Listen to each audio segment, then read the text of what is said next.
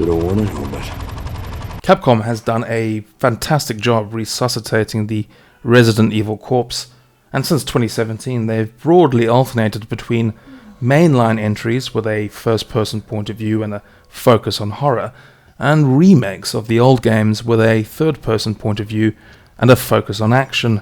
Two distinct styles, both with their own merits, though the less said about Resident Evil 3 Remake, the better.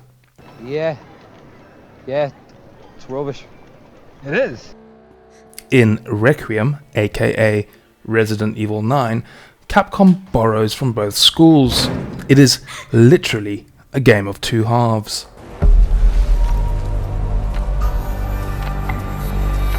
In the first half, you're playing as FBI agent Grace Ashcroft, investigating a series of grisly deaths.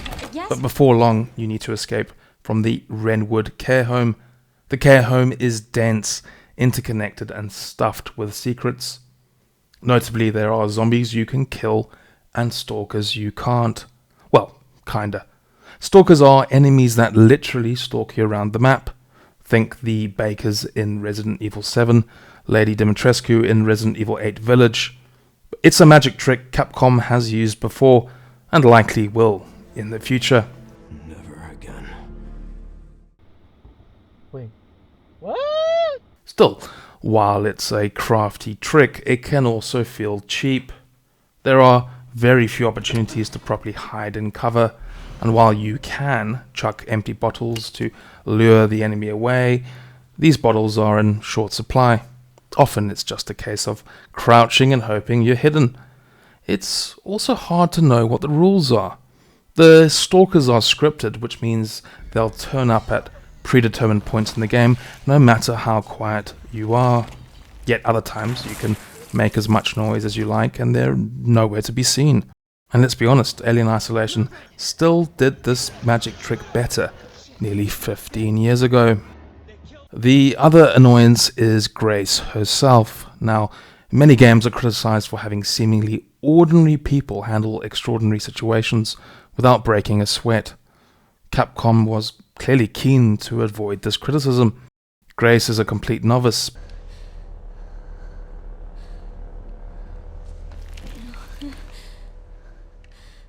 Infected. No, man.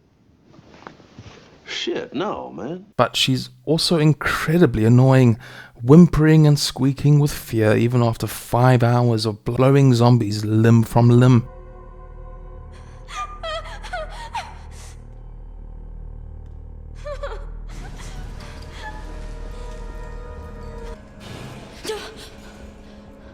The care home is the real star. Divided into east and west wings, it's teeming with nooks and crannies to explore, typewriters to find, and if you're feeling brave, ink ribbons to collect on the harder difficulties.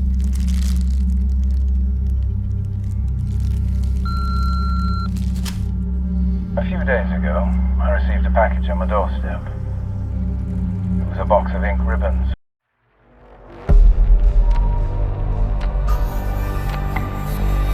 When the game switches to Leon, the nods to the remakes are obvious. Leon can dispose of foes with a minimum of fuss, and the camera is set to third person by default. One of your first major encounters is with the brother of a stalker that's been giving Grace hell. With Leon, you can kill the fat bastard in a few minutes or less. It's a cool contrast. Time hasn't been kind to Leon, however. The boy band looks are fading, the crease lines are deepening, and a flashback to his time in the Raccoon City Police Department makes this difference stark. Still, if his looks are fading, his skills are only getting sharper. He can now pick up chainsaws to dispose of foes, and there's a wonderfully over-the-top chainsaw battle a la Gears of War later in the game. Leon's campaign is mostly A to B gameplay with autosaves in between rather than a single zone you need to find save points in, but there are two memorable hub worlds you'll explore and some fantastic set pieces, including a fight at Willis Tower where you can destroy the glass from beneath zombies' feet, as well as a late game battle with elite soldiers, which feels like something out of a proper action movie. As you'll have noticed though, I've played the majority of Leon's campaign from first person. I suggest you do the same. It makes the two sides of the story feel more like a cohesive whole, and it also just looks so damn good. Geometric density is in full force, ray trace shadows are a sight to behold, and the sound design and music are also utterly top tier. It's all enhanced, in first person. There's a bit of chopping and changing between the two characters, but on the whole, you're Grace for the first part of the game and Leon for the second. Fortunately, the pacing doesn't suffer too much, although you will prefer one campaign over the other. That's unavoidable, as they're so different. Also, it's worth noting that if this is your first RE game, you're going to miss a lot of the overt references to the past titles.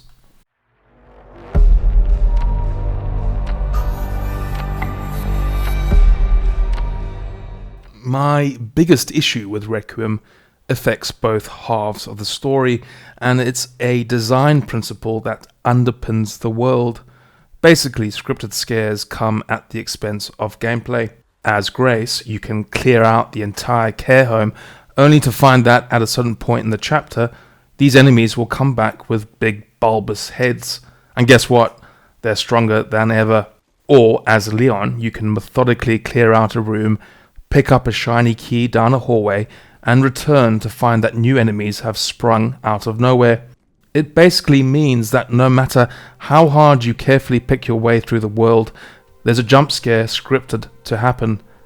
I find it absolutely infuriating and discouraging too, because even if you invest your time and energy into clearing enemies from your path, balancing resources and lining up shots, there's a scripted moment around the corner where new enemies are suddenly going to spawn. All it means is that you start to predict exactly when the invisible line is going to be triggered, and those new enemies are going to show up. In the end, however, it's the price you pay for this type of game. RE9 is hardly alone in doing this, and it's not trying to be an immersive sim after all. What it does offer is style, spectacle, and polish in spades. Just look at the graphics, the smudges on this metallic surface, for instance, the ray-traced details. The sound design and music are wonderful too.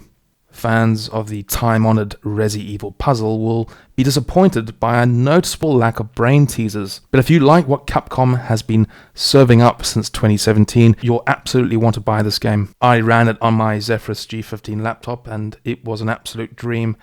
You can see the settings I used here, and it's worth noting that at times I capped the frame rate to give the CPU a break, just to lower the temperature of the machine.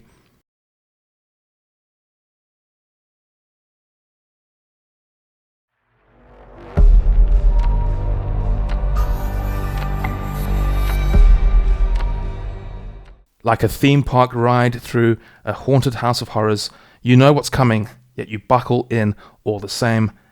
And when the haunted house of horrors is over, you've got a roller coaster waiting for you at the next stop. It's two for the price of one gaming that somehow winds up being more than the sum of its parts. You know, I do have a question. When was the last time you brushed your teeth?